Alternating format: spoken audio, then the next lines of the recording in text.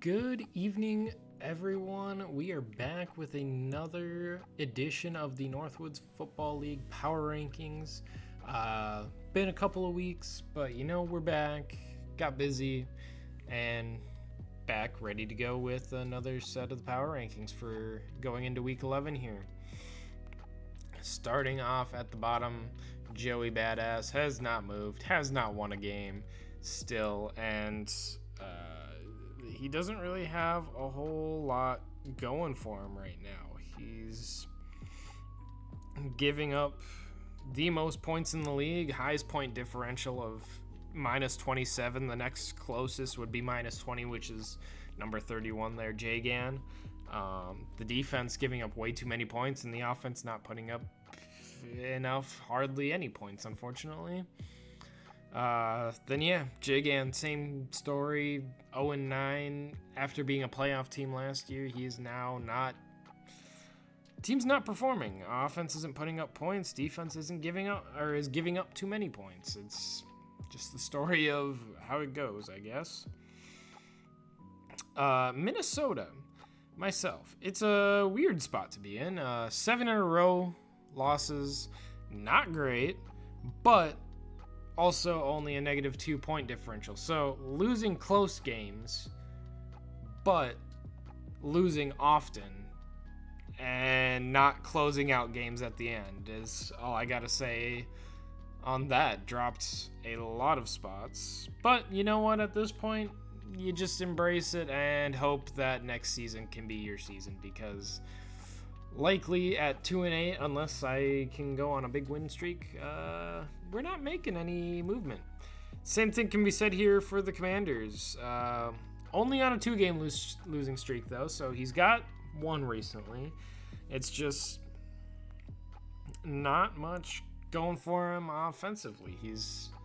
I don't think he's even allowing a crazy amount of points. Yeah, he's middle of the pack in points allowed, so it's not like his defense isn't doing much. It's just offense not keeping up with his opponent's offense.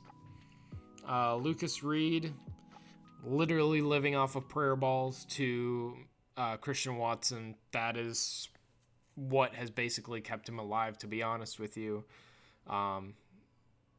2 wins, 8 losses. Not much better. He's 3 in a row now.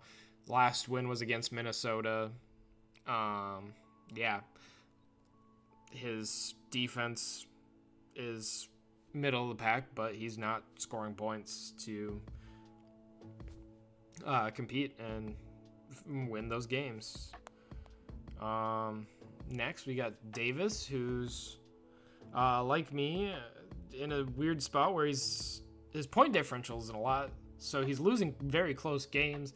It's just a matter of, again, closing out those close games and making sure when you've got the lead at the end of the game that you're not choking it away. He's currently only on a 1-game losing streak, so he's clearly doing something right. Jaybird, the Chargers, he is on a 2-game losing streak. He jumped up into the top 20 after going on a 2 in a row, and now he dropped back down. So it is what it is. It happens. It's football. Not much to say about him. His defense has honestly been really good. It's his offense just not putting up enough points in those close games. Foot Messiah, Will, he's on a 6-game losing streak, so went 3-0 to start the year and has not won a game since. Cannot get any sort of momentum going, unfortunately, for him. Correction, oh wait, no, I was right. He's 3-6. Double correction. But anyways, yeah, 6 in a row. Hard to really do anything with that. I mean, he still has a chance. The leader in his division is only 4 games ahead, so I mean, the likelihood of it happening, not big, but it can still happen. We've still got 6 weeks of football left to go, so if Will and the Foot Messiah can get his season turned around, he certainly can make some noise going into the playoff hunt. The Titans' grind season is actually on a 3-game win streak. He was second to last to the power rankings last I uploaded, and he has turned it around. He went on vacation for a week, came back a changed man. His offense is humming, his defense is humming. Not much else to say other than keep doing what you're doing, because yeah, that division right now is wide open, as we'll talk about a bit later. Next up, Benny, the Cardinals. He's on a 1-game losing streak, but still moves up after Will and Jaybird lose again. So not much to say there. Kind of just middle of the pack and everything. His defense is actually quite good. He's allowing top 5 least points allowed per game. It's just, for whatever reason, his offense is not clicking this season and can't get it going. Jacob and the Chiefs, also on a 5-game losing streak, so not ideal, but, you know, he still has a chance to turn around. I mean, 2 of those losses, I think, were just schedules not lining up, so forced losses, so, like, is it really a loss? But yes, it's still a loss. Counts on the board. Mossius and the Cowboys. I don't know what is going on down in Dallas, but he is on a 4-game losing streak.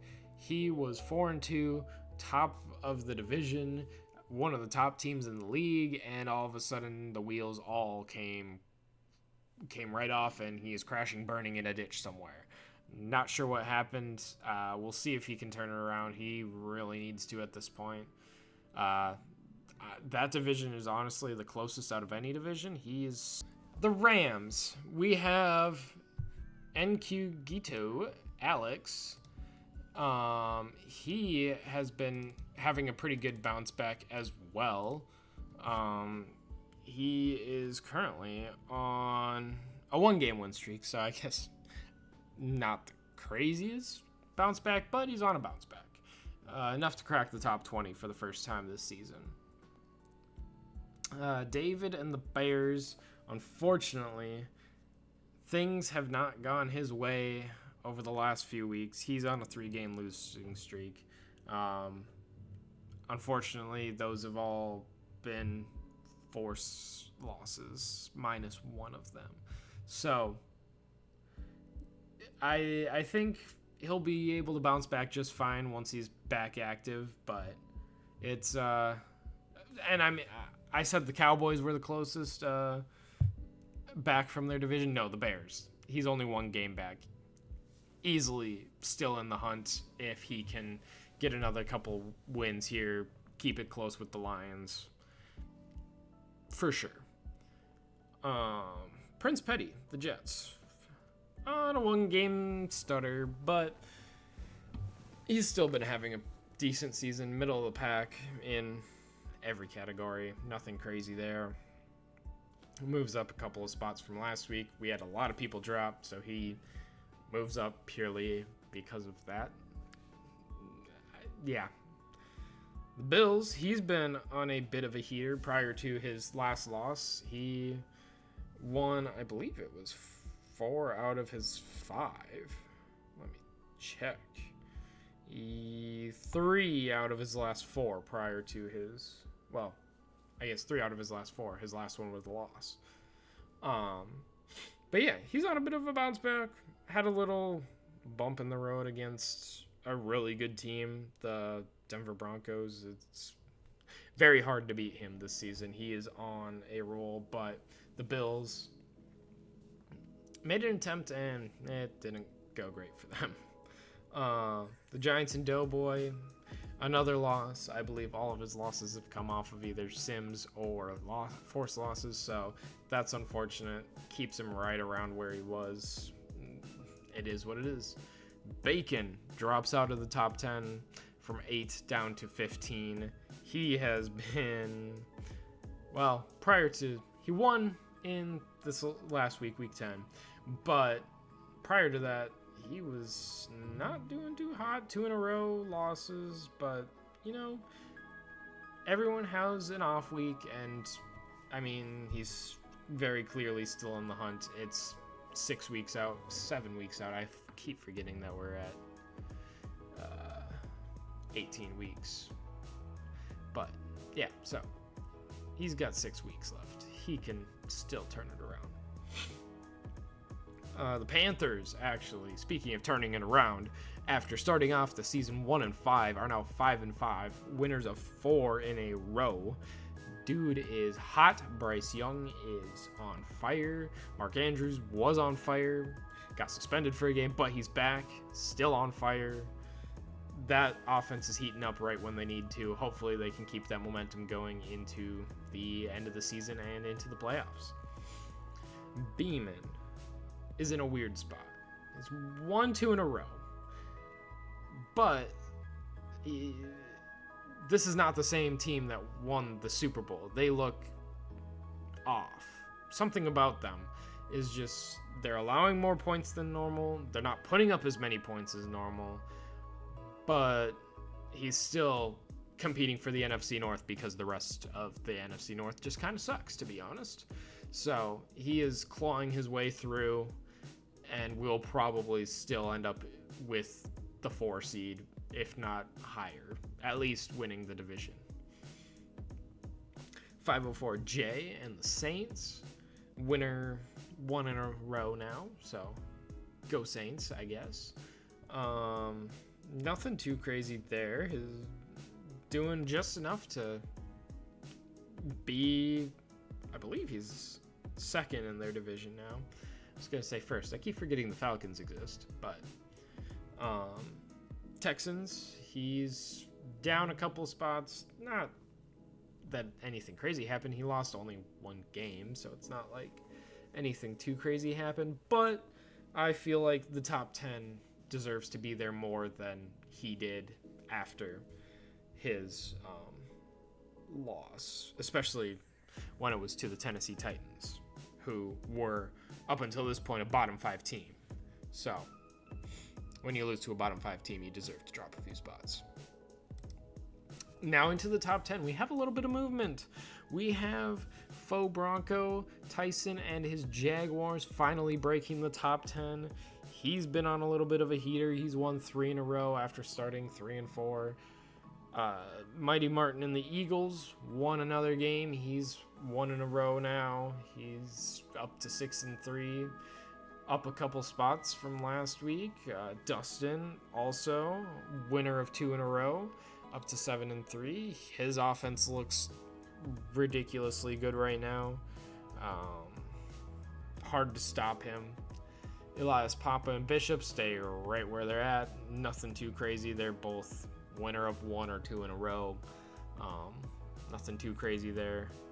Vols go, and the Colts actually lost his second game last week, so that drops him down from spot 2 down to 5, which is unfortunate for him. Patriots and the Broncos each jump up a spot. Patriots on a 7-game winning streak, Broncos on an 8-game winning streak. Hard to really tear them down, especially as 2 of the top players in the league. The 49ers, JB, he's winner of 3 in a row. Had a weird little hiccup game, but you know what? He is still crushing it. CMC has been absolutely insane this season, leading the league in rushing yards, I believe also in rushing touchdowns. So CMC is carrying that 49ers team on his back. And last but not least, winner of 9 in a row, Mr. Sirbook, and his rookie quarterback, Mike Reed. Some confuse him to be Mike Vick. I don't know. Hopefully he's not fighting dogs. But, you know, every other thing about him, very similar. Rushing, insane. Passing, pretty good. Yeah, I don't see any sign of Sirbook and the Browns slowing down at this point. Yeah, that concludes our Week 11 Power Rankings. We'll see you hopefully next week for another round. If not, we'll see you in another 2 weeks when I do the next one. See ya.